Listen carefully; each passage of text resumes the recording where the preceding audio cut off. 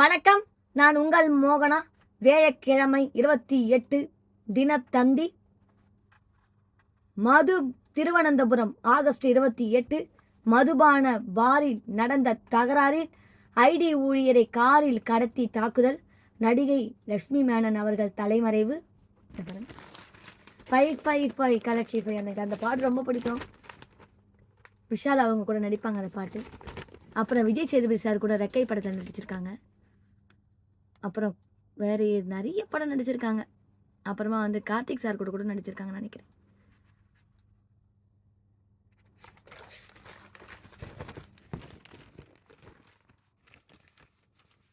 Thiruvananthapuram August 28 கேரளாவில் மதுபான பாரில் ஏற்பட்ட தகராறில் ஐடி ஊழியர் காரில் கடத்தி சென்று தாக்கப்பட்டார்.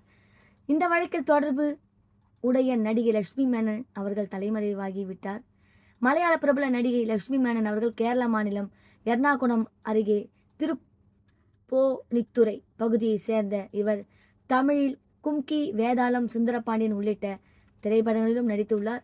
இந்த நிலையில் கடந்த 24ஆம் தேதி கொச்சி பனர்ஜி சாலையில் உள்ள மதுபான பாரில் நடிகை லட்சுமி மேனன் தனது தோழி உள்பட 4 பேருடன் இருந்து உள்ளார். அங்கு அலுவா பகுதியை சேர்ந்த ஐடி ஊழியரான அலியர் ஷா சலீம் மது அருந்த வந்தார்கள். அப்போது அவருக்கும் நடிகை உள்பட 4 பேருக்கும் இடையே வாக்குவாதம் ஏற்பட்டதாக தெரிகிறது. இரு தரப்பினரிடையே தகராறு முற்றவே இரவு 10:30 மணி அளவில் பாரில் இருந்து அவர்கள் வெளியே வந்தனர். அங்கிருந்து அலியா ஷா சலீம் தனது காரில் அலுவா நோக்கி சென்று கொண்டிருந்தார். இரவு 11:30 மணி அளவில் எர்ணாகுளம் வடக்கு ரயில்வே மேம்பாலத்தில் சென்றபோது லட்சுமி மேனன் உள்பட 4 பேர் மற்றொரு காரில் பின்தொடர்ந்து சென்று அலியார் ஷா சலீம் காரை தடுத்து நிறுத்தினர். அவரை வலுக்கட்டாயமாக தங்களது காரில் ஏற்றி உள்ளனர்.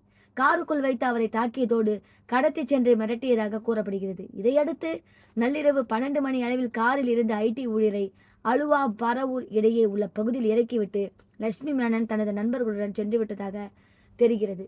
இதுகுறித்து அலியர் ஷா சலீம் எர்ணாகுளம் வடக்கு போலீசில் புகார் கொடுத்தார். அதன் பேரில் போலீசார் கண்காணிப்பு கேமரா பதிவுகள், கார் பதிவு எண் அடிப்படையில் விசாரணை நடத்தினர். இதில் நடிகை லட்சுமி மேனனின் நண்பர்களான அனிஸ், மிதுன் ஆகிய 2 பேர் ஐடி ஊழியரை அடித்து உதைத்து தெரிய வந்தது. அவர்கள் 2 பேரையும் போலீசார் கைது செய்தனர். அவர்கள் மீது ஆள் கடத்தல், தகாத வார்த்தையால் திட்டுதல், தாக்குதல், மிரட்டுதல் உள்ளிட்ட பிரிவுகளின் கீழ் வழக்கு பதிவு செய்யப்பட்டு உள்ளது. இதைத் தொடர்ந்து புகாரின் பேரில் நடிகை லட்சுமி மேனனை விசாரணைக்கு அழைக்க போலீசார் திட்டமிட்டனர். ஆனால் அவர் தனது செல்போனை சுவிட்ச் ஆஃப் செய்து தலைமறைவாகி விட்டதாக தெரிகிறது. இதற்கிடையே இந்த வழக்கில் தொடர்புடைய லட்சுமி மேனன் தோழி சோனா மோல் என்பவரையும் போலீசார் கைது செய்தனர். கைது செய்யப்பட்ட தடை இந்த வழக்கில் லட்சுமி மேனன் தரப்பில் முன்ஜாமீன் கேட்டு கேரளா ஐகோர்ட்டில் மனு தாக்கல் செய்யப்பட்டது. அதில் நடிகையான என்னை ஆபாசமாக பேசியதோடு பாலியல் ரீதியாக நடக்க முயன்றனர். நாங்கள் யாரையும் தாக்கவில்லை, எனவே முன்ஜாமீன் வழங்க வேண்டும் என தெரிவிக்கப்பட்டு இருந்தது. மனுவை விசாரித்து ஐகோர்ட் இந்த வழக்கில் நடிகை லட்சுமி மேனனை கைது செய்ய செப்டம்பர் 7ஆம் தேதி வரை தடை விதித்து உத்தரவிட்டது. நடிகை லட்சுமி மேனன் அவர்கள் கைது செஞ்சிட்டாங்கன்னு சொல்லியிருக்காங்க. அடுத்த நியூஸையும் பார்த்துடலாம் பாருங்க. மனைவியுடன் தகராறால் பயங்கரம். 2 வயது பெண் குழந்தையை தண்ணீர் தொட்டிக்குள் வீசி கொன்ற தந்தை. உடலை மூட்டையாக கட்டி ஆலை இயந்திரத்துக்குள் வைத்தது அம்பலம்.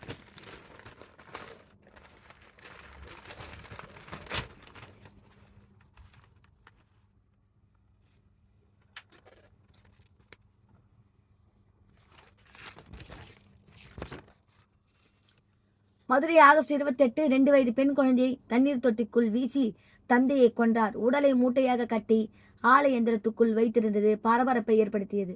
விருதுநகர் மாவட்டம் கோட்டையூர் பகுதியை சேர்ந்தவர் பாண்டி செல்வம், வயது 25. இவருக்கும் மதுரை மாவட்டம் கப்பலூரை சேர்ந்த வனிதா 24 என்பவருக்கும் சில ஆண்டுகளுக்கு முன்பு திருமணம் நடந்தது. இவர்களுடைய 2 வயது பெண் குழந்தை பார்கவி. கப்பலூர் சிட்கோவில் உள்ள ஒரு நிறுவனத்தில் பாண்டி செல்வம் மேற்பார்வையாளராக வேலை பார்த்து வந்தார். 1 மாதத்துக்கு முன்பு கணவன் மனைவிக்கு இடையே குடும்ப தகராறு ஏற்பட்டதாக கூறப்படுகிறது. கருத்து வேறுபாடு காரணமாக வனிதா கணவரை பிரிந்து கப்பலூரில் தன் பெற்றோர் வீட்டில் வசித்து வந்ததாக கூறப்படுகிறது. குழந்தை அவருடன் இருந்து வந்த நிலையில் பாண்டி செல்வம் வேலைக்கு வரும்போது குழந்தையை பார்த்து சென்றனர். 3 நாட்களுக்கு முன்பு காலையில் குழந்தையை அழைத்து கொண்டு பாண்டி செல்வம் சென்றார். தான் வேலை பார்க்கும் நிறுவனத்துக்கு அழைத்து சென்றதாக தெரிகிறது. சிறிது நேரத்தில் அவருக்கு அவரது மனைவிக்கும் இடையே செல்போனில் தகராறு ஏற்பட்டுள்ளது. இதை பார்த்து குழந்தை பார்கவி அழுதது. குடும்ப தகராறில் ஆத்திரத்தில் இருந்த பாண்டி செல்வம் அழுத குழந்தையை அழித்து அருகே இருந்த தண்ணீர் தொட்டிக்குள் வீசிவிட்டு சென்றதாக கூறப்படுகிறது. சிறிது நேரம் கழித்து வந்து பார்த்தபோது குழந்தை பார்கவி தண்ணீரில் மூழ்கி உயிரிழந்தது தெரிய வந்தது. உடனே பாண்டி செல்வம் குழந்தையின் உடலை சாக்கு மூட்டையில் கட்டி பின்னர் ஆலையில் உள்ள ஒரு எந்திரத்தை அடியில் மறைத்து வைத்தனர். பின்னர் எதுவும் தெரியாதது போல் பாண்டி செல்வம் திருமங்கலம் போலீஸ் நிலையத்துக்கு சென்று குழந்தையை காணவில்லை என புகார் அளித்தார்.